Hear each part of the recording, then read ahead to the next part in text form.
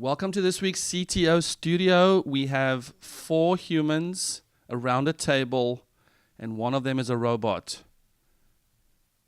Brian Jones, Alan Leard, Alex Balazs, and myself, we talk about PR, we talk about positive messaging, we talk about why it's so shitty to be at some conferences. I have a wonderful electronic invention I want you to see. It looks something like this. Welcome to the CTO Studio. I'm your host, Etienne de Bruin. The CTO Studio is where we chat with CTOs building amazing products with incredible teams.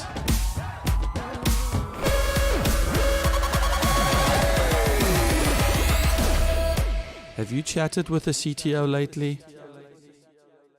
Brian, welcome to the CTO Studio. Thank you. Thank you for having me. How do you feel about being joined by Alan and Alex? I'm super uncomfortable right now. No, they seem like amazing guys. I can't wait to get into it. Yes, so Brian, CEO, founder of Nuts and Bolts PR. Nuts and bolts of PR.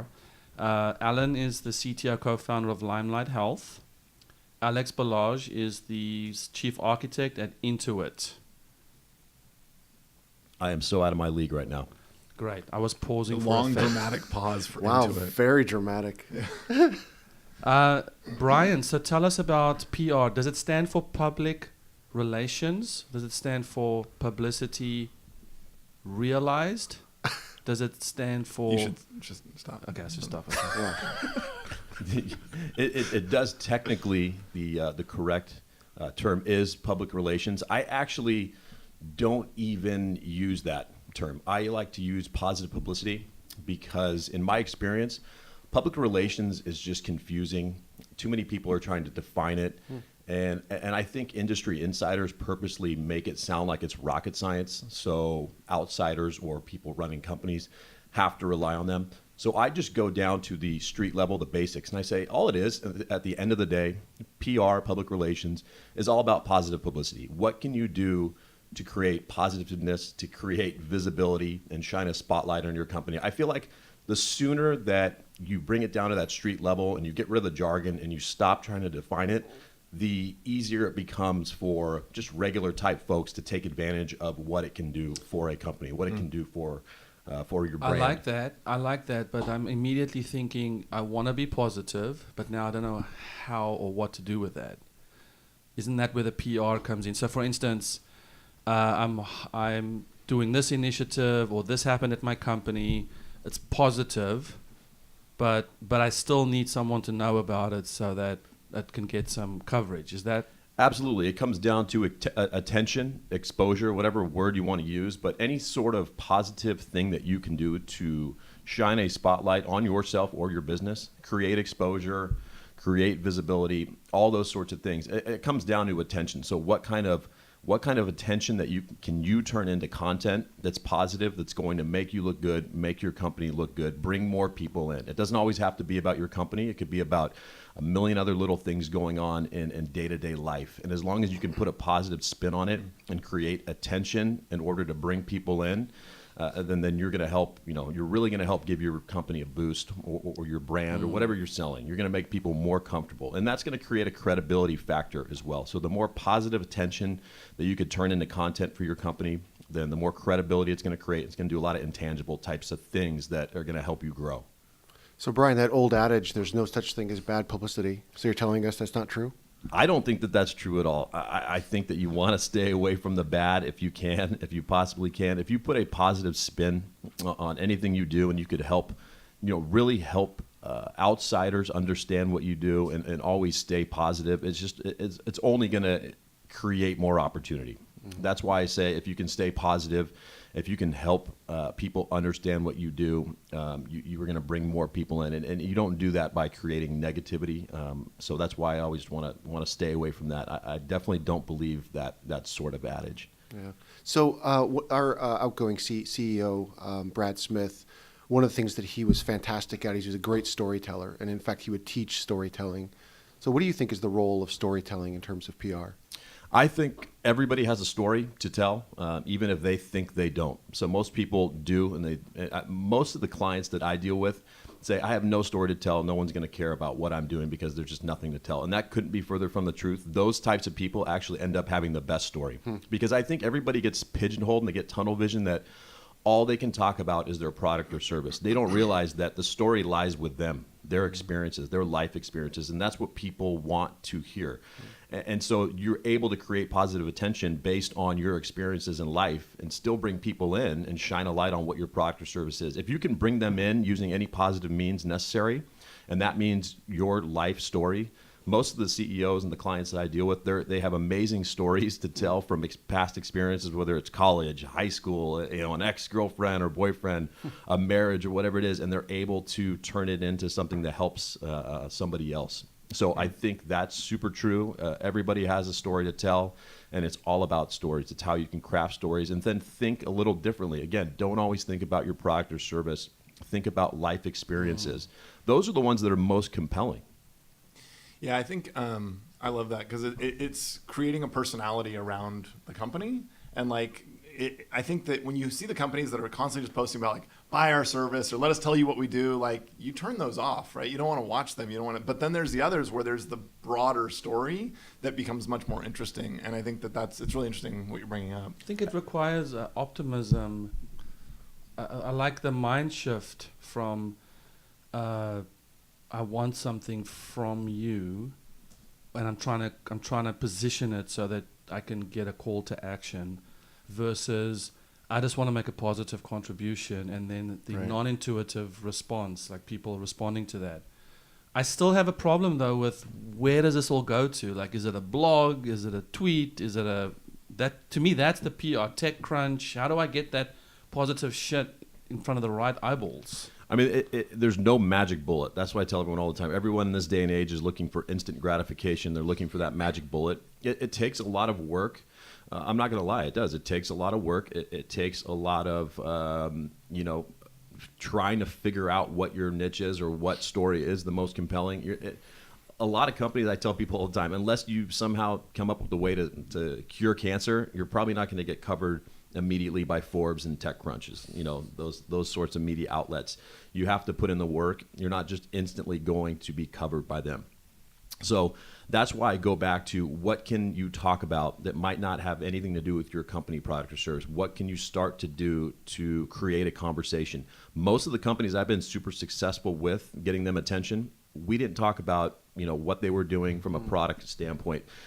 Honestly, what they were doing wasn't exactly the most sexy thing in the world. We used any and all positive means necessary to bring people in. I keep saying bring people in.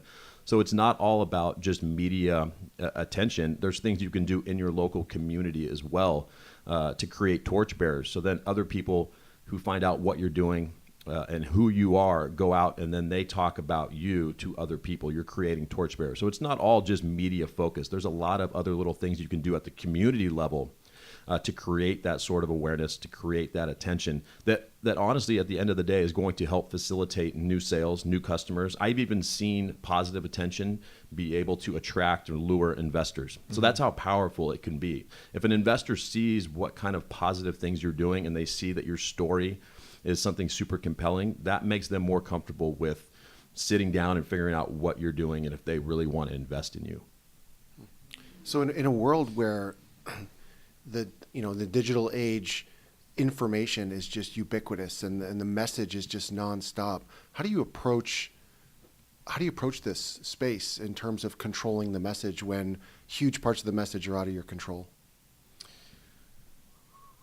Can you be a little bit more specific? Yeah. So basically, in a world that has Facebook and Google and all these different places where people can go get information, and some of them are obviously slanting left or right or have certain agendas.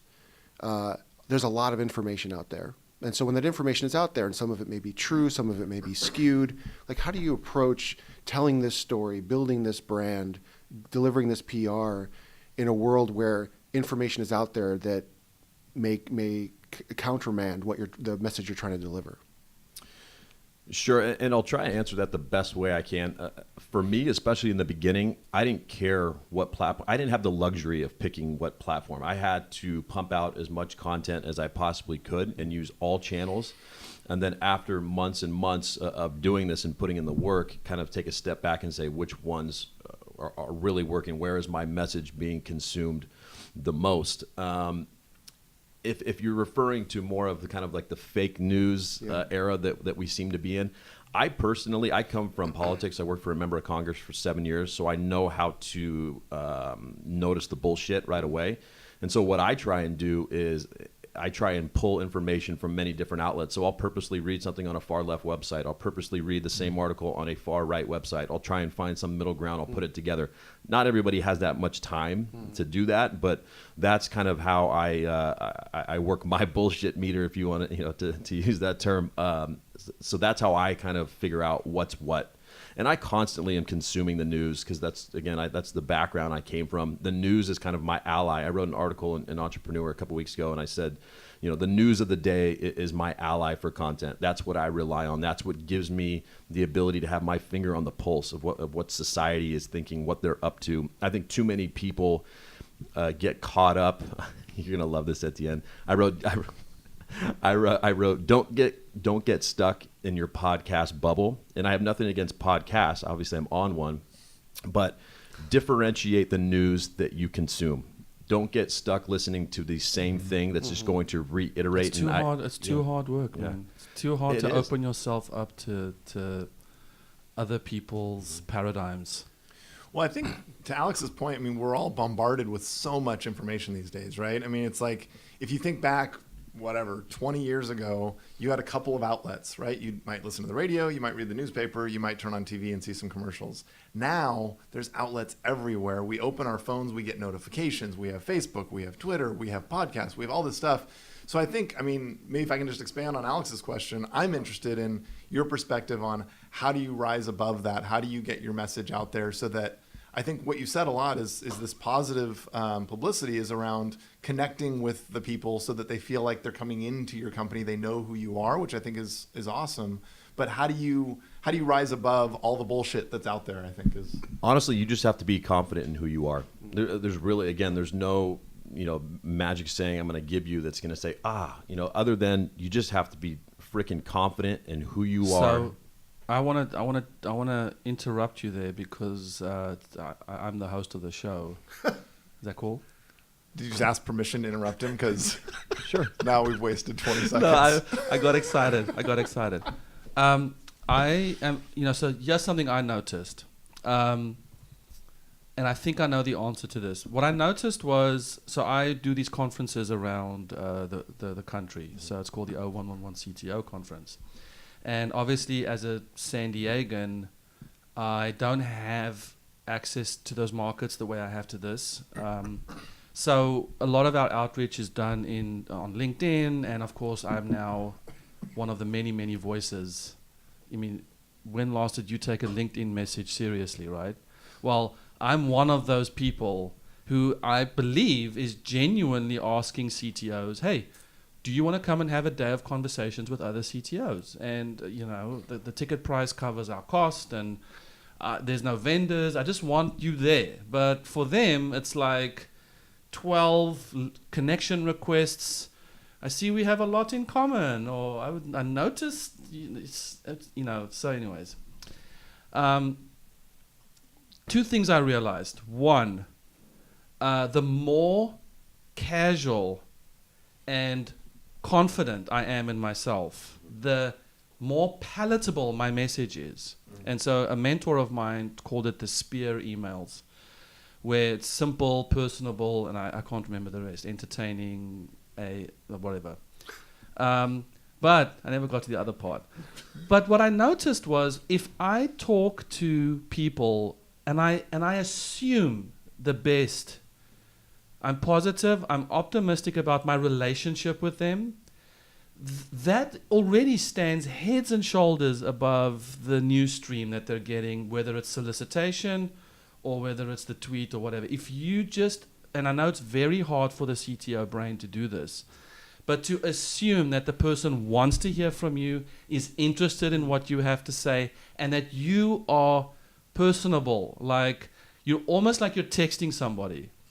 And that email that you did in all lowercase and was 1.5 sentences, not even, and didn't even have a subject line, that has become the thing that grabs people's attention. That's number one. Number two, and you're welcome to postulate or formulate your response because it is profound. Number two is I notice that the closer I get to the conference date, the less I give a shit because I have less to lose. Now, this is event marketing, so this is different. And in the beginning, I am polite, I am conscious of your time, and I am gracefully inviting you to maybe please consider if you would like to carve out some. But the closer I get is like, dude, I don't give a shit if you can make it. You need to be there. And then the responses, are phenomenal. And I think I think the word is potentially authenticity. And it's like you said, confident in who you are, where we start removing all the PC, all the airs and graces, and we just start communicating with people like they're people and not some brand or some force that you have to contend with. As soon as I see someone, this morning I read an article about Seismic's founder, $90 million exit, and then now $1 billion plus valuation, right? San Diego company. Immediately, I feel like that person is inaccessible, will never ever respond to anything I have to say. And then immediately I felt sorry for him because he probably isn't, he didn't disqualify me. I disqualified myself because I saw this insurmountable success that why on earth would he want to talk to me? And I feel like kind of latching, this is why I interrupted you because I'm kind of vibing with what you're saying, is to go back to the realness, the authenticity, and assuming the best, that people do want to hear from you and that they want to hear what you have to say. Pretend like you're talking to that person and don't craft your message for the 99% doesn't give a shit about what you have to say. I couldn't agree more. There's too many people out there that are trying to be something they're not.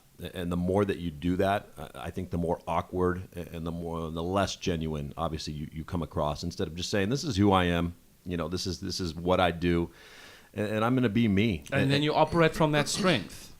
Absolutely. And I think too often I'm trying to talk to the people who don't care about me and my organization and what I have to say, at the expense of the 3.5 people who actually do care about me very much. 1, 2, 3.5, yeah. Right. You just get yourself as a half. My response to the CEO of Seismic, you say that might not have enough time to reply to you and everything. My response to that is, you just try. What's the worst thing that happened? You spend 5-10 minutes putting together an email, but you're not going to know unless you try. And you'd be surprised when you use that genuineness that you have about yourself, Totally. which I actually love about you, Etienne.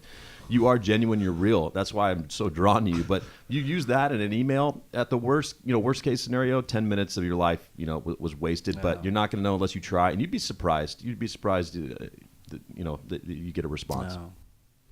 So, an interesting parallel that I'm thinking about is that recently at Limelight Health, we've been going out. We're doing enterprise sales, and we've recently noticed that we've been getting a significant amount of feedback around our transparency, which is very explicit for us. We find it as a core value when we're doing in the sales process to be sure that we're transparent. And so, speaking about no bullshit and just coming out with it, when we're talking to our potential clients, we've been saying what we do and what we don't do. And there's been a regular message over the last couple months that after we leave those meetings, they say, thank you so much for actually being real and telling us like, oh no, we're not going to do that feature. We don't do that thing. That's just a prototype. Because most of your competitors are not doing that. Yes, they'll come in and they'll promise and they'll say they're doing all these things. No. And I think it's very similar in this like idea that we've built up this model where it's like we're going to create this image of who we are and how we can do everything and how amazing we are. And we're in this world now where like everything is so crafted that when we see someone who's actually being authentic, and being transparent, That stands out. that you're like, oh, maybe this person is actually honest and is a good person and a good company that I actually want to work with. And I'm okay that they're not perfect. That is so- because I understand that nobody's really perfect. Yeah. So it's more important to work with good people, as we've talked about, than to have somebody who gave me this great image. Yeah. And I think that's a lot of that positive publicity is just be transparent, be who you are. Tell us who your company is, who are your team. Tell us their story. It's, I think, way more interesting and valuable to the consumer today. And I think that's great. What a lot of companies are doing. You just said tell your employee story. I think I heard you correctly? I think instead of always focusing on telling your company story, your employees have amazing stories as well. Give them a voice. Put them up. Yeah, I think that the team atmosphere where we're a company. We're not a CEO, right? We're not just a CTO. We're a collection of people, and in that we have a culture, we have values, and this is who we are. And I think right now, Limelight Health, we're in the middle of kind of a big PR. It's okay. I can't say for positive publicity. I can't say PP. That just seems weird. So we're in the middle of a big PR push to kind of let everyone know who we are, and we're trying to talk about who we are as a company and what our values are, and who our team members are. And I think all of that, it lets people feel like, oh, I even if I don't know what that company does, that's one of our big challenges. Like, a lot of people don't know what we do. They don't take the time to understand it, but they know who we are in that they know the people, they know the culture, they know what we're about. And we try to push out positive messages that have nothing to do with what we're trying to achieve, but instead just like, hey, here's this. Just recently we sent out one. It was about having good posture at work and how it can actually just help with your day-to-day, physical well-being. And I thought that was a great one. It's just like being helpful to people, being positive, and letting them feel like they're a part of what you're doing. And you're creating a comfortability. Yeah. And I think then now when you have a message, they're more interested to listen. Yeah, because now they trust you. Yeah, absolutely. Brian, one thing that I think the authenticity is important. One thing I'm curious about, if you've seen, is that we were actually looking at some research at Intuit on the impact of the mega platforms out there, Google and Facebook and Twitter, in that they've become these ML personalization dynamos. So much so that they've created echo chambers, that people are only generally seeing things that they agree with, because all these things are trying to do is build engagement.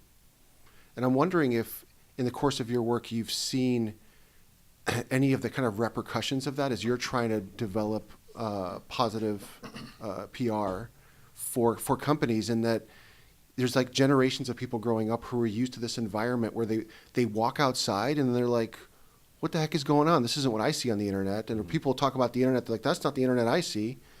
Have you seen any of this in terms of the companies are really struggling to figure out how to tell their message because so much of these mega platforms have become these echo chambers? Yeah, absolutely. And it's so saturated with content too that it's hard to get, push yours out and make sure that people see it. That's why I tell companies all the time, don't neglect your backyard. Don't neglect your local community, because there's ways in which you can build that attention, build your brand, and create that comfortability right here in your backyard. It doesn't always have to be on that national, international level. If you start here, then your voice, your message will gain more steam, because you'll have, people in your corner, in your local community that tell your story as well. So you'll create, like I said, those torchbearers.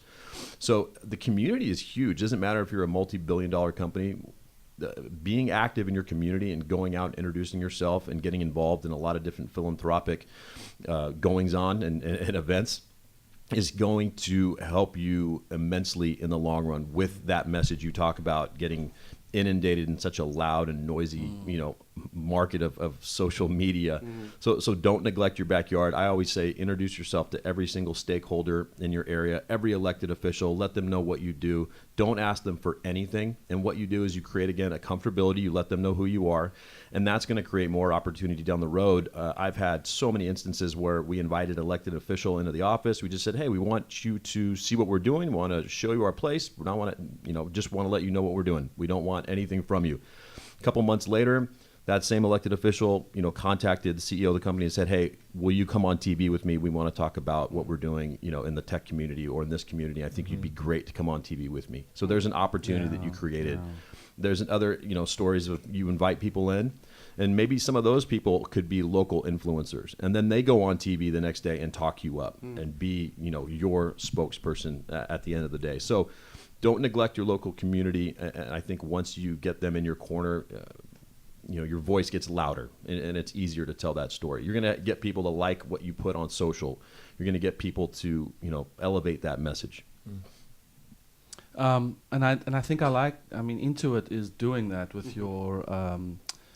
I actually see you guys pop up in my news streams all the time because of the female founder thing, the innovation stuff you're doing, and I met one of your directors, who is behind all of that. So that to me is a great example of putting Intuit on the map because you're tending to your backyard. Yeah, absolutely. I mean, we everywhere that we have a strategic center, we make sure that we're actually part of the local community. So I was actually in Bangalore in India in November, and one of the things we did is we set up an event with local high school students to actually teach innovation to high school students and to try to encourage them to go into STEM, and especially girls to go into STEM. And so, I love that push that you have to be a member of your communities, and even if you're a global company, you can't forget that you have employees. They are physically located somewhere, and being a member of those communities is important. Right, and that's awesome. I do see a lot of stuff that you guys are doing in the local community, and that's awesome. That's great on you guys. Yeah. So, Brian, what do you do, man? That could be the hardest question I've ever gotten. So you told me about this workbook you created, which you gave me a copy. I found it fascinating because I felt like you were giving away all the secrets, which was like insight into the process and formulating your message. So how has that gone? How have people responded to the workbook? And then what's that meant for Nuts and Bolts PR? PR. It's going well. There's definitely a learning curve. It's the first book that I ever published, self-published and authored, and it has its ups and downs. But what I love about it and what I love about what I do is that I really enjoy helping the small business, the person that's even thinking about starting a business. That's what I'm super passionate about, is empowering them with knowledge and tools that they could actually use on their own. No theory or anything like that, but helping people be able to organically use attention to grow, especially in the beginning when you don't have a lot of capital and you need to spend your money, hiring people, like you guys, engineers that know how to build stuff, can actually, build your platform out. That's what you need to be spending your money on. So I'm super passionate about just helping that person that wants to start a business and show them that there are tools at their disposal that they can use on their own, that they can feel comfortable with. They don't need to be intimidated by building a brand or creating attention or pushing out content. It's not rocket science. You can do it, and it's addicting when you figure out, and you leverage the power that it brings. So that's what I love to do. Empower people that might not be able to afford a big agency that's going to come in and spend you're going to spend 5, 10, 15 grand a month on that you can organically do this, create attention that's going to help you sell your product or service. And that's what I really love. I met you, and then minutes later I was on TV. Yes, that is true. I think we got you on KUSI. But you could have done that yourself. I mean, obviously. Oh, really? That's not what you told me back then. Oh, man. You got me. I'm speechless for once in my life. I wanna come back a little bit to I think something that Alex alluded to earlier. With these conferences we do, when we're promoting it on social media, I would say we're always on the cusp of a PR disaster, and the reason is that's kind of your style, isn't it? Disaster relations. No. So one of the biggest issues I ran into, and I'm going to say quite naively and really innocently, is when I put together the speaker list for my conferences, I think about the content first and about the diversity second. And then what naturally happens as CTOs, a bunch of white guys. And it's almost like I'm running so hard that I get everything organized, published, and then when I sit back, I'm like, oh shit, I have a diversity problem, and not just a problem, but it's unfortunate, because that in my heart that's not what I want. we've gotten better where we've said, okay, let's have diversity and content on par. But something that happened, which was this PR disaster almost, was we created this viral sort of flame war. People from Norway, South Africa, other places in Europe. And it was mostly not in the States. I think it was mostly over there. And it was because our speaker list didn't have enough women on it. And I think this is what you said earlier was, I sat back and I just watched this thing go completely out of control on Twitter. And, if you've ever read comments, you can just see where this one person latches onto the wrong part of your message and then creates this whole new branch of conversation. And so our PR person that we had employed, I think this was for one of our South African conferences, they started crafting a message, and they were like, well, the typical, just such a shitty corporate message to address this scandal. And I just told this person, hell no, I'm not associating my brand with that shit message. The corporate, we have made every effort, blah, blah, blah, and we here and we will, and against their strong encouragement, I just said, we're not doing that. I didn't know what the answer was, but I said, we're not doing that. And so what I ended up doing was I just ended up responding saying it was super damn hard to find people, so shut the fuck up. You were honest. And the whole reply thing stopped. The guy who instigated everything just said, well, you can just Google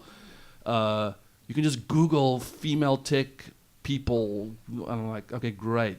Trust me, I do conferences all the time. Yes. I was like, you know what? Feel free to Google that and just send us the list. We're totally open to anybody. All the peoples that show up. But that was one of those moments where I sat on the sideline and I realized this thing has gone way beyond my control. It just, who knows what residual impression it's left with people. But that was a platform, the very innocent publication of the message, and it just turned into a shitstorm.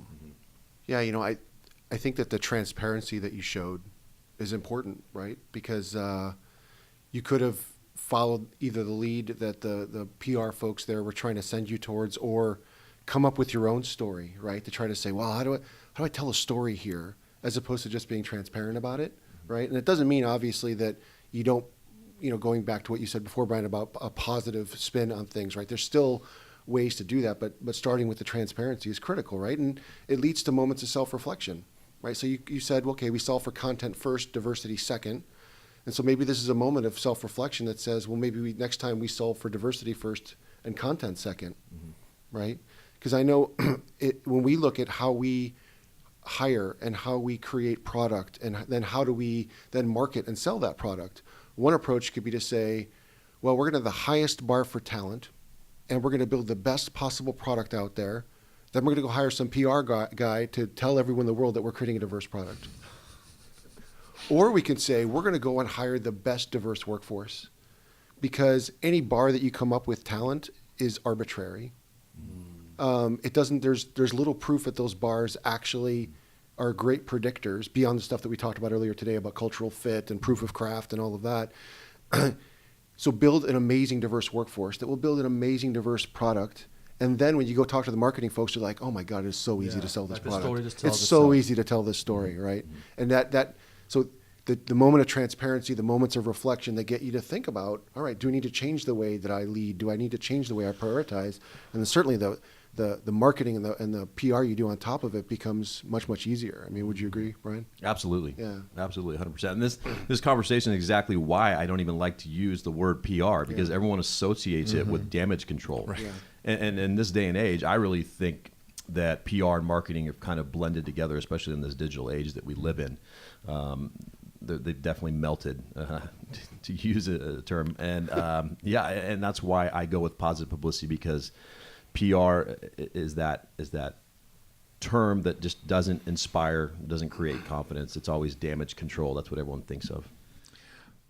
I think it's an exciting time here listening to this conversation, because what I'm hearing is that people actually care about companies being good companies and like being real and caring about diversity. What a fascinating age. Yeah, and I think, and it speaks to like delivering that message, right? Because people want to do business with good companies, and people are actually starting to vote with their dollar and say, you know what, I'm not gonna choose to spend whatever 50 cents less on that product versus spending 50 cents more for a company that's actually doing things well. I'll spend a little bit more money because I want to vote for the companies that are really doing good and are being transparent and are caring about diversity, caring about their employees. And I think there's a transition that's happening like in society right now. It's really, I mean, the it's pretty whole, exciting. I agree. I mean, Uber and Lyft, when the Uber went through their sexual harassment stuff, I deleted the app. Same here. And And I I tell everybody that I know not to use Uber. I only use Lyft. I still only use Lyft, and Uber basically lost me as a customer. Now, But their PR is doing such a great job. Have you seen their videos? Brian, you were involved with that? No, kidding. No. But it's at the expense of 10 minutes to wait for the Lyft driver. This was a couple of years ago. It's better now, but sometimes cars would not be available on Lyft, and then you see your Uber buddy is like, "Hey man, this is 2 minutes away." Yeah. But I personally, I don't know if I represent that customer base you're talking about, but I do feel like I feel much better. I know I can't support certain types of companies. Well, going back to what you said real quick, I think it benefits the employer and the employee to be transparent, to be honest, to build credibility, because your reputation is huge. You might not always be at the same company, for the rest of your life. So if you move on and start a new venture or do whatever you got to do, if you have a bad reputation, and we all know those people, oh hey, that person was doing some sketchy stuff, that old company, that sticks with you.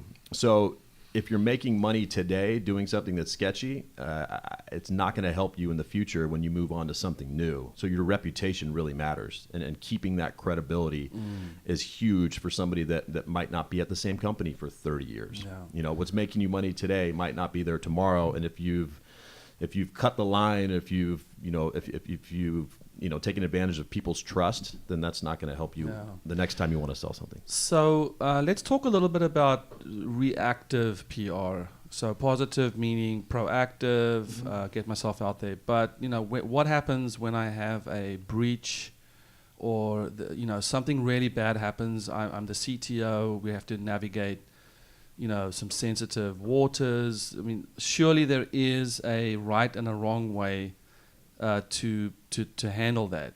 So it's probably the worst possible time to try and be positive about it. Like, Right. hey, your data is out there, but look at the bright side. No, you're gonna get credit card offers that you never knew existed. I think having systems, depending on, there's a lot of different scenarios that we can touch on, but having systems set in place that could be compromised in the future, and then if that is compromised, having that plan of attack to go through and not be caught off guard is number one. So always plan for the worst. And then I think I don't really do this, the crisis communication stuff, but I always go back and I see stuff on TV, whether it's with politicians or big CEOs. You got to just be honest. There's no way you're going to hide anything anymore. The days of hiding things and acting like no one's going to find out are over. Someone's going to find out. People are going to talk. Again, 24-hour news cycle. There's so much information being poured out there. So the faster you can just be honest with people and come out with that plan and try and take action, the better it's going to be. I think so many people hope that some sort of crisis communication is going to make things like it never happened, and it's not true. It happened already, and you got to deal with it. You're not going to. You can try and get back to where you were, and that's the whole thing. But you're not going to make people forget about it. So be honest. Have a plan of attack. I like that. Well, I think some of what we've seen. I think it was like Southwest when they had the issue. People credited them with one, being transparent, explaining what happened, how it happened, but then also making things right, like showing that you care about your customers and that they're not just cogs in your business wheel, but that we care about them as humans, we care about them as people. We want to make it right. Let us show you that we care about you. We made a mistake, something happened, we screwed up, whatever it is, but then also we want to keep your business. That's really important to us. We know we screwed up, so let us give you some token of something, whatever that might be. 100% accurate. Totally right. How do you think Boeing's doing? Their CEO is going to take the first flight on the 800 Max. That's what he said. I think by the time you have to say that, it seems like maybe there's something wrong. I think at that point they're hoping you're flying on the faulty plane. But okay. You know what? I haven't paid as much attention to it as I should, but I mean everything that I've seen, I feel like they've admitted fault from the beginning. Is that accurate? Or, I mean, you might know more about it than I do. I feel like I mean, personally, this is my opinion. It just feels like they're kind of being assholes about it. Just, but. Yeah, no one listens to this podcast, so let's go for it. No, I think they've been. I think they've communicated less in terms of what they know than we probably would feel that they should have. Yeah. Right? I don't think they outwardly try to deny anything, but the pace at which the story is coming out is probably there's a craving that the story could have been a little bit more. Yeah. And it's probably hard to get that out. It is. I mean, the truth of the matter is they may not know. Right, so you never really know why the pacing is what it is. They probably also have lawyers internally that are telling them they can't say a bunch of stuff, right? Yeah. I always think about, working in software. I'm like, man, I'm glad I'm not building planes that people fly on and can die on. Oh, absolutely. When I worked in, I wrote software for medical devices. We couldn't call something a fatal bug. Right, because at some point someone might look at that report and say, "What do you mean fatal?" I was like, "Well, fatal to the software." Like, are you sure? Yeah, this isn't a medical device. No. Then you have to go through, FDA. Yeah, exactly. So to kind of land this plane, or crash it. Bring us home. What I want to know, so to kind of take your experience with politicians, something that I hear a lot with CTOs is we aren't really good at cultivating our public persona. And whether it is to create a persona and truthfully, an authentic persona around one where people want to come work for you, versus the persona that guarantees your sort of continued growth up the whatever ladder you want to climb. If you were to draw on your experience on working in the political space, do you have a couple tips for us as CTO types or technology executives, heads down, working our asses off to kind of make this current venture a success, and possibly at the expense of nurturing and cultivating what's next? What are some of the things, beyond just, start a personal blog, like what are some of the things that you feel are low-hanging fruit based on what you've seen, in your political space? I kind of want to draw on the politics because those are people who also, are nurturing a persona that they want people that want to draw people. Well, my first very political answer for everybody out there is you have to join 7 CTOs. Wow. Wowzers. You got the right guest. Man. So that's my first piece of advice. The timing of that delivery was superb. That's really good. Dude, you just went from $35 to $38.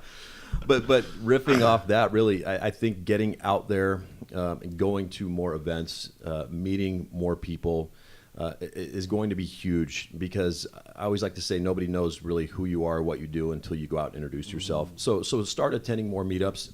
Excuse me. Start attending more meetups, more conferences, introducing yourself. I think you start right there. It's simple. I know it's tough for some of the engineers. I've worked with a lot of them, and they're more facing the screen rather than face to face with somebody else. But it's kind of getting out of your comfort zone. So challenge yourself to get out of your comfort zone. Maybe instead of a blog, film a 60-second video on a topic that you're passionate about, right? Maybe you have an idea of a certain way to code, and you want to share that with people. Instead of writing it, share a 60-second clip, and ask for comments below. Get out of your comfort zone, and you'll be surprised what you can do and what doors open up for you. I like what you said earlier about inviting stakeholders, especially when I think we talked about the backyard and all that. Maybe you don't have to get out of your comfort zone. You just invite them into your comfort zone. So, for instance, if it is we want to invite you to come tour our facility, or come, we want to take you out to lunch. So maybe the barrier of, I've got to go attend meetups. I have to introduce myself. I have to film myself. I mean, filming myself is terrifying.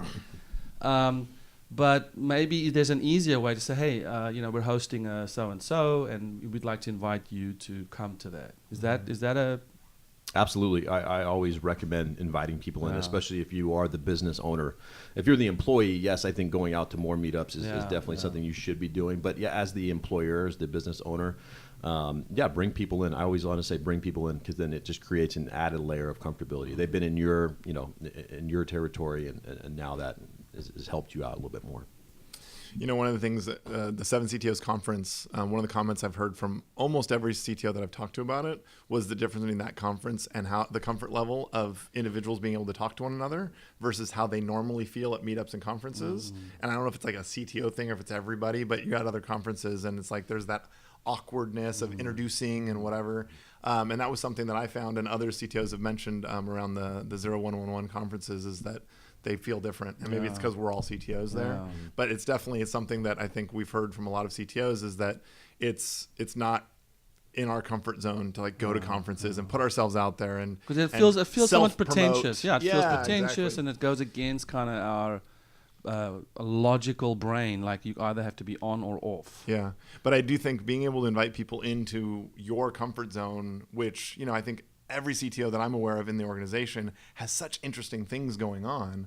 Inviting people in to come and just talk about what they're doing, or see our facility, or meet our team, things like that. I think it's a great opportunity for everyone. And you don't always have to talk at a conference. Sometimes the best thing to do is observe, and that's going to create ideas. So, it's not like you have to go and it's speed dating.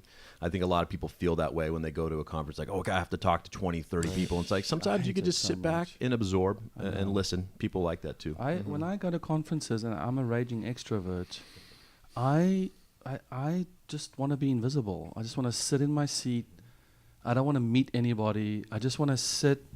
I feel like I shrink myself a little bit, and I just kind of sit, and I'm praying that no one talks to me. Why? Why does that happen? I think it's the sensory overload, right? It's just like so many opportunities. There's so many signals coming in. I mean, certainly, I guess as an extrovert, I mean, I grew up as an introvert, and now I'm more of an omnivert. And so I just have ability to just like turn the spigot on and off. And so when I'm at conferences, it's about zeroing in on like one or two people. Yeah, right? but As you're opposed lucky, to the Alex. I thousands mean, of you're people. lucky because whenever I see you amongst people, they're all standing around you.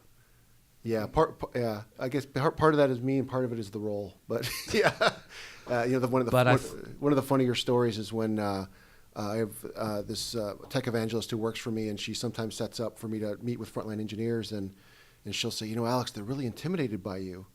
I'm like, why are they intimidated by me? Like, well, you're the chief architect of the company. I'm like, oh, okay, I forgot. Because I think of myself as the engineer who joined Intuit 20 years ago. That's great. Right? So. Yeah, no, I must say it's your accessibility and just your genuineness is what I love. I do think the omnivert is the mic drop moment. Hey, y'all, I'm an omnivert. I got to look that up. To talk about a Googleable keyword that probably doesn't exist. Yeah. Like Googleable. Like 2 in 1 sentence. 2 in 1 sentence. Okay, Brian, I think we're done. Anything else? Where can people find you?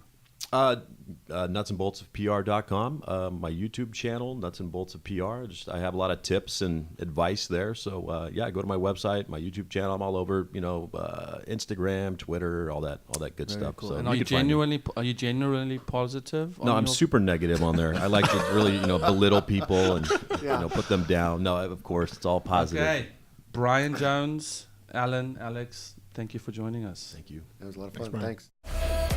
Have you chatted with a CTO lately? Hi, thank you for listening to the CTO Studio. If you don't mind, take a quick second and please rate and review the show. It helps us a lot. Go to thectostudio.com for more information on what we're doing at 7 CTOs. We also have a video or two for you that could be a helpful resource for you as you're managing your company. So thank you for listening.